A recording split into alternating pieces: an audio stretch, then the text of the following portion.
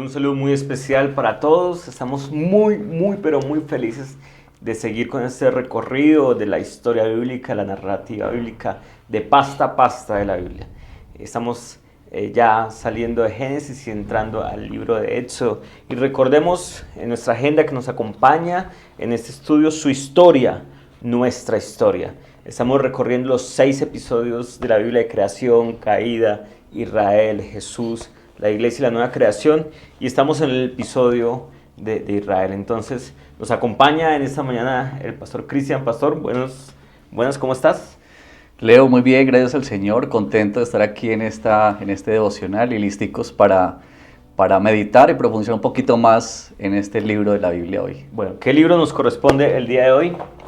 Pues Leo, hoy tenemos el libro de Éxodo. Este es un libro fascinante, la verdad, precioso. Yo creo que la mayoría de nosotros guardamos imágenes muy vividas de esas narraciones, ¿no?, que se encuentran en el libro del Éxodo, que por cierto esa palabrita Éxodo significa salida, y yo creo que es de lo que más recordamos de ese libro en particular, porque hemos visto películas en Semana Santa, viendo a un pueblo salir de Egipto, con esos poderes y demás cosas que ya hablaremos a fondo. Que entonces el libro, la palabra Éxodo significa salida. Sí. Es quizás el evento más representativo Sí. que hay allí en ese libro. Bueno, pastor, cuéntenos qué podemos aprender asuntos del libro de Éxodo. Sí, pues Éxodo tiene muchos elementos importantes y trascendentales para nuestra fe, ¿no? Digamos que uno podría ver inicialmente la conexión que hace el autor, que es Moisés, personaje principal también en el libro, pero que nos conecta con el libro de Génesis. Hemos visto la semana pasada fascinantemente cómo Génesis se nos enseña, se nos habla, las historias allí. Y Génesis queda como en un momento de la historia donde una familia, ¿cierto? La familia de José, que es descendiente de Jacob y de Abraham, están en Egipto. Y ahí es donde el autor retoma la historia para contarnos qué pasó con esa familia. Inicialmente nos deja ver, capítulo 1, una familia que se ha multiplicado. O sea, ya no son apenas unos que llegaron allá, sino esa familia tuvo hijos y descendencia y creció en gran número. Pero también, como nos cuenta el capítulo 1 de Éxodo, Leo, pues nos deja ver, digamos, eventos que cambiaron las circunstancias. Por ejemplo, en el capítulo 1, verso 8, dice que se levantó sobre Egipto un nuevo rey que no había conocido a José. Y dijo a su pueblo: miren, el pueblo, los hijos de Israel, es más numeroso y más fuerte que nosotros. Procedamos pues astutamente con él, no sea que se multiplique y en caso de guerra se una también con los que nos odian. Entonces dice que pusieron sobre ellos capataces para oprimirlos con duros trabajos, ¿no? Entonces digamos que ahí se aprecia cómo arranca, digamos, la historia de este libro, en particular. Muy bien. La conexión entre Génesis y Éxodo es que ya hay un pueblo establecido en Egipto, han crecido, y ya el faraón que está no conoce a José, y comienza un tiempo como de opresión, de oprimir al pueblo. Sí, así es. Se muestran como elementos muy dramáticos en ese inicio, que van a ser importantes para el desarrollo. De todo el libro, ¿no? Yo quisiera señalar, por ejemplo, algo muy importante que se ve al principio de este libro, Leo, y es que si bien las circunstancias cambiaron para un pueblo o para una familia que creció, Dios se mantuvo siendo el mismo. Entonces, por ejemplo, en el capítulo 2, verso 24, dice que Dios oyó su gemido y se acordó de su pacto con Abraham y Jacob. Y Dios miró a los israelitas y los tuvo en cuenta. Eso es muy importante, porque el tema del pacto va a ser algo que dirige o guía, digamos, la historia y la acción de Dios en medio de ese pueblo. Entonces es un Dios que mantiene su fidelidad a su pacto, que Dios levanta a Moisés de una forma sorprendente, ¿no? Como nosotros vemos en el capítulo 2, que Moisés llega a ser, digamos, un personaje principal, no solamente en Éxodo, pero también en el Antiguo Testamento. Y para el pueblo de Israel llega a ser el personaje clave, un Toda la historia de personaje Israel. sobresaliente, sí, en la historia de Israel. Pero algo interesante, Leo, digamos, para apreciar, es que si bien la historia de Moisés es muy fascinante, ¿cierto? Porque uno ve, digamos, un niño que es rescatado de las aguas, Las aguas, sí. y imagínate pues que no le encuentra nada más y nada menos que la hija de Faraón, y en vez de botarlo otra vez, lo que hace es tomarlo como su hijo. Eso ya es muy interesante. Pero luego, digamos, como el declive en un sentido de Moisés, ¿no? Que luego tiene que huir de Egipto como un vil criminal y salir y llegar incluso a ser el pastor de unas ovejas que ni siquiera son las suyas. Sí, sí. Eso es Pastor, interesante. podemos ver este tiempo de la vida de Moisés como Moisés queriendo llevar su vida en su propia sabiduría, en sus propias manos. Sí. Digamos que Moisés trata en un sentido de hacer justicia, y eso es lo que lo conduce a ese acto donde toma la vida de un egipcio, y deja ver mucho de eso, ¿no? Como que en Moisés sí hay un deseo de justicia, pero llevado más por su parecer y por su deseo, ¿no? Que otra cosa. Ahora, yo quisiera, Leo, pues también, digamos, como mostrar un poquito en esto, que si bien Moisés es un personaje principal en el libro no es una biografía de Moisés. Correcto. Y algo interesante, por ejemplo, en este libro es que si uno mira, el capítulo 1 de Éxodo registra más o menos 400 años de historia. En el capítulo 1 hay 400 años. Luego el capítulo 2 registra 80 años, que es la vida de Moisés. Pero el resto del libro registra apenas 1 año y medio Wow. de la historia de Israel. Y eso, digamos, ya nos dice mucho de cuál es el propósito, La intención la del libro. intención. Entonces, aunque Moisés sí es un personaje principal, el libro no es una biografía de Moisés, sino más bien quiere mostrarnos la experiencia y la vida de un pueblo que está siendo llamado por Dios para vivir conforme a su voluntad. Sí. Es mucho más la historia, el registro de la historia de un pueblo que camina Sí. en el Señor, guiado por el Señor, más que el desarrollo de una biografía de un personaje que es supremamente importante, ¿no? Sí, yo iría, Leo, y creo que podría ayudar a los hermanos para poder entender un poquito mejor el libro, como pensar en 3 fragmentos que tiene el libro, como una estructura. Tipo de estructuras. A mí me ayuda mucho eso, y quizá puede también ayudar a la iglesia, a los hermanos, para entender. Pero, por ejemplo, el capítulo 1 al 18, nosotros vemos el Dios que libera a su pueblo. Ese es el despliegue del poder de Dios para sacar a su pueblo de la opresión y conducirlo a la libertad. Pero luego del 19 al 24 tenemos el Dios que legisla a su pueblo. Es el Dios que le entrega una ley, que hace un pacto con ellos o ratifica ese pacto y que ellos se comprometen a obedecerlo. Y por último, del 25 al 40, que es el Dios que habita con su pueblo. Entre otras cosas, yo no sé si estás de acuerdo conmigo, pero si uno indagara un poquito sobre qué piensa la gente o qué recuerda la gente del libro de Éxodo, va a recordar más la primera parte. Todo ¿cierto? lo que se desarrolló en Egipto. Exactamente. Las plagas, antes de la salida, el Mar Rojo. Exactamente, es lo que más tenemos en nuestra mente. Pero si tú preguntas qué ocurre al final del libro, casi ya nadie sabe un poquito de qué se trata. Y eso es muy importante para la historia bíblica, porque es finalmente el propósito que tiene Dios con todos nosotros, que es habitar con los suyos. Sí. El libro de Éxodo termina con el tabernáculo y la presencia de Dios descendiendo el tabernáculo. Es como esa primera vez donde Dios está descendiendo y está habitando en medio de su pueblo, ¿no? Sí, así es. Entonces es como un punto culmine de decir, ahora Dios está en medio de nosotros. Así es. Entonces, Pastor, los 2 lugares geográficos donde se desarrolla Éxodo, podemos hablar de Egipto y de desierto. Sí, es como el camino de Egipto y termina en el Sinaí. Básicamente es como ese proceso. Deja a Israel, digamos, en el desierto, en ese primer año, poquito más de 1 año de historia. Okay. Sí. Bueno, Pastor, una pregunta muy importante en medio de todo este recorrido, especialmente en el lema de su historia, nuestra historia. ¿cómo vemos a Cristo? ¿Cómo Éxodo muestra a Cristo? ¿Cómo nos anticipa a Cristo este libro? Sí, Leito, mira, pues hay muchos elementos que nos permiten ver, ¿cierto?, esa conexión.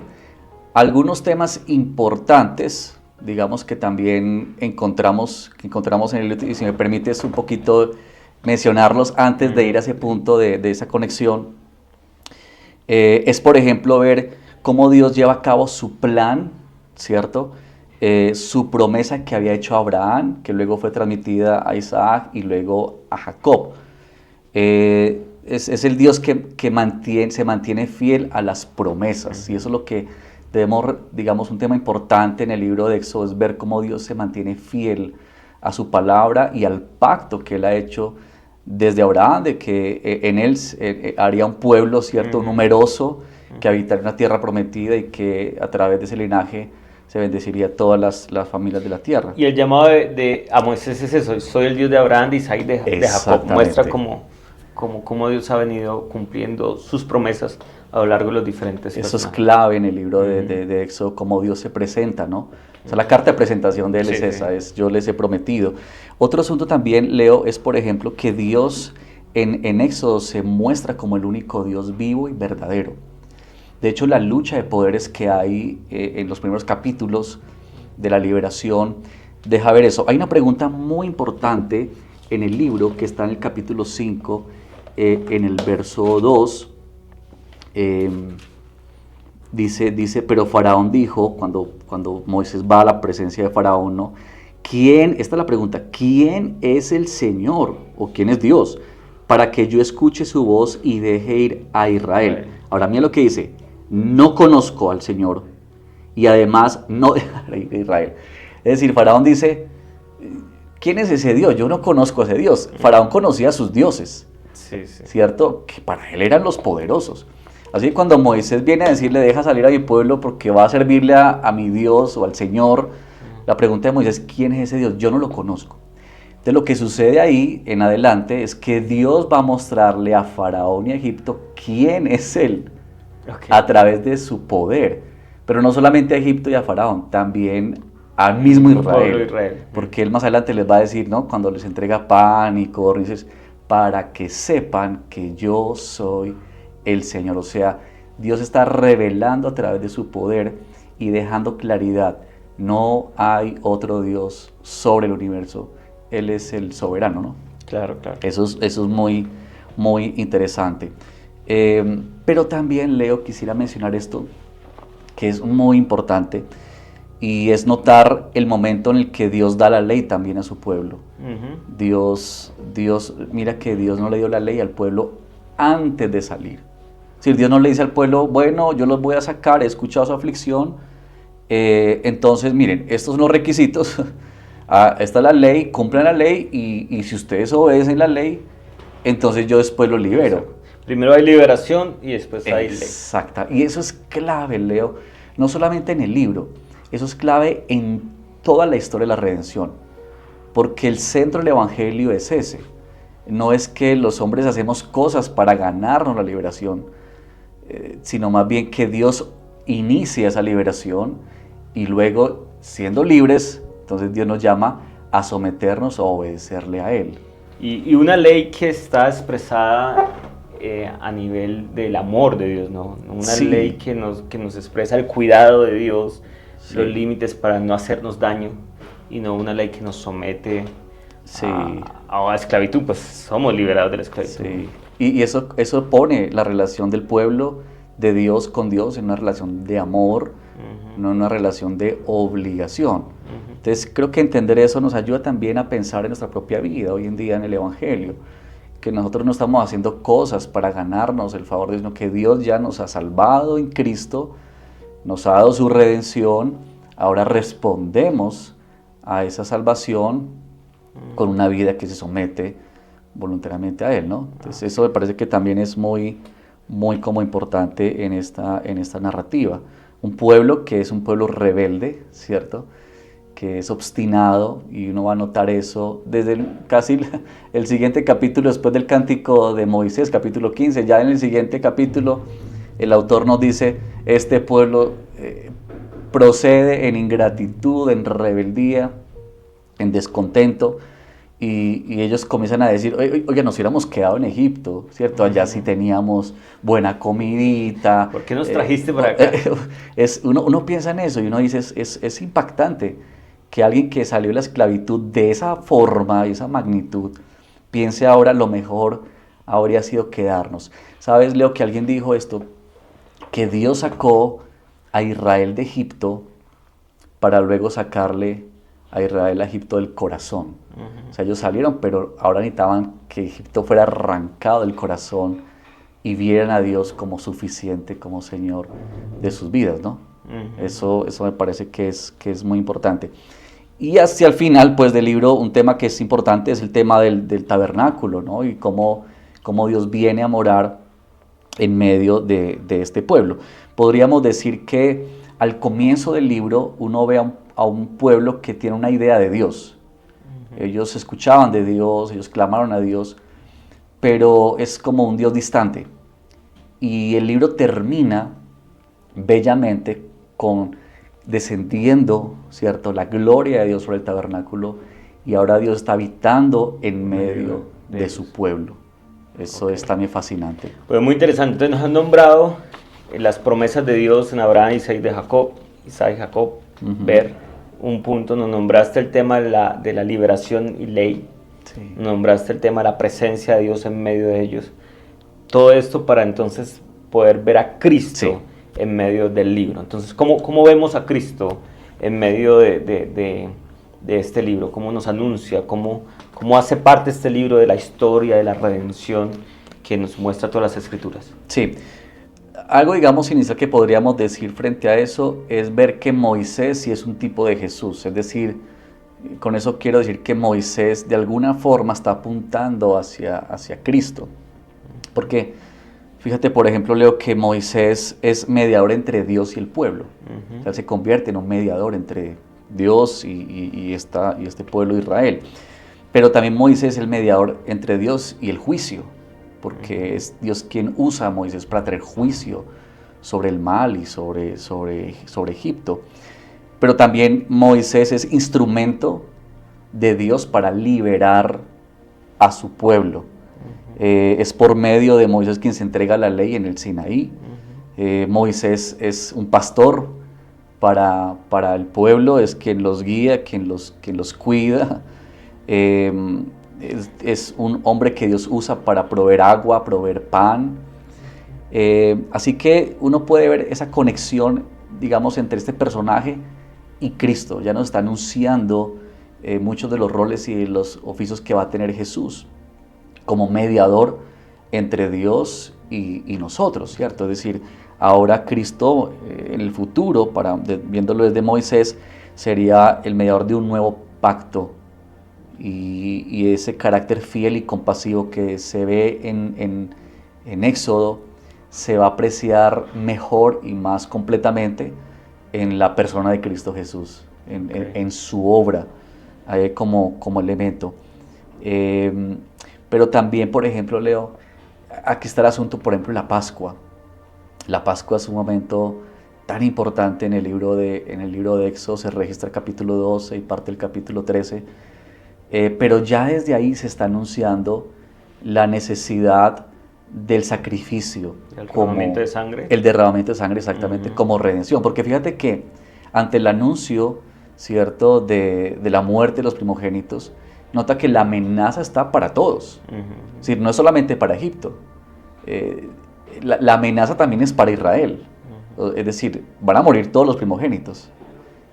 Israel también merece el mismo castigo. No es mejor que Egipto. Pero lo que Dios hace es decirles por medio de Moisés, hagan sacrificio de un animal y pinten los dinteles de la sangre. De tal manera que cuando pase el ángel, siga de largo y no tome la vida. Y esa es una representación muy preciosa, digamos, de la redención. Es decir, Israel no merece eso, pero ya Dios está diciendo, un día uno será sacrificado para traer preservación de la vida o para dar vida a muchos, ¿no? Correcto. Entonces, ese también, digamos, la Pascua ahí en Éxodo es muy importante. Además que no es solamente un acto, sino que en el capítulo 13, primeros versos, se establece el hecho de que a partir de ahí se establecería, ¿cierto? Se establecería, digamos, como la Pascua, como algo cotidiano, que les iba a recordar siempre esa necesidad. Okay. Muy bien, estaba pensando también en el tema de la presencia de Dios, ¿no? Sí. Éxodo nos muestra al final Dios habitando en medio del pueblo. Y Jesús, la encarnación es eso. Dios habitando en medio del pueblo. Sí.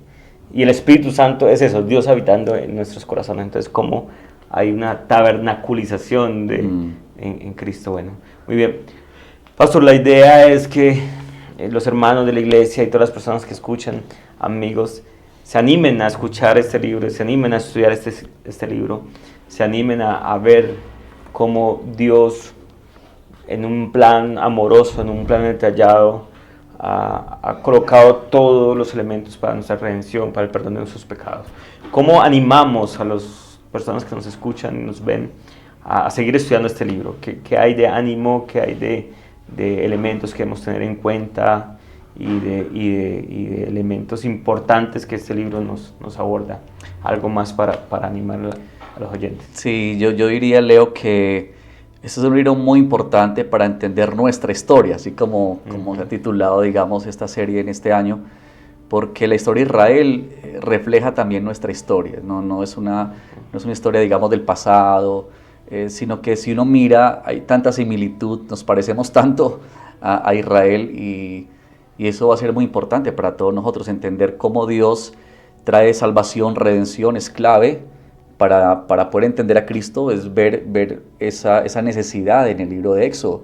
Pero lo que tú también referías hace un momento, Leo, de que finalmente esa salvación, esa redención tiene como objetivo llevarnos a vivir con nuestro Dios. Es decir, finalmente lo que Dios quiere hacer es que vivamos disfrutando la presencia de Él, viviendo alegremente, sometiéndonos a Él. Entonces, Éxodo es un libro clave para nuestra comprensión, digamos, en la historia de la redención, pero también para entender nuestra propia historia y ser confrontados con eso, ¿no? Identificarnos con los israelitas, ¿no? En un momento tan felices por los grandes milagros del Señor. Sí. En otros momentos tan obstinados diciendo por qué estamos aquí, quisiéramos estar Sí. en otro lado. En otros momentos peleando con el líder porque Dios no ha hecho, no nos ha dado. En otros momentos quebrantando el tema del maná, ¿no? El Señor nos ha dicho no cojan de más y la gente comienza a coger de más. Bueno, tremendo. Muy bien, sí. Bueno, nuestro corazón como parecido a los israelitas. Bueno, Pastor, muchas gracias. Este es apenas la introducción del libro de Éxodo. Vienen 4 devocionales con el modelo de casa, ¿no? Entonces, bueno, esperamos que haya sido un buen abrebocas para introducirnos en el libro de Éxodo, que nos animemos a escucharlo. Hay posibilidad de leerlo o de escucharlo en audio y nos va a ubicar durante esta semana en cómo Dios está hablándonos por medio del libro de Éxodo. Entonces, Dios les bendiga, esperamos que queden animados para seguir escuchando los devocionales de la semana y poder seguir conociendo a Cristo a lo largo de la historia de la redención en la historia y la narrativa bíblica.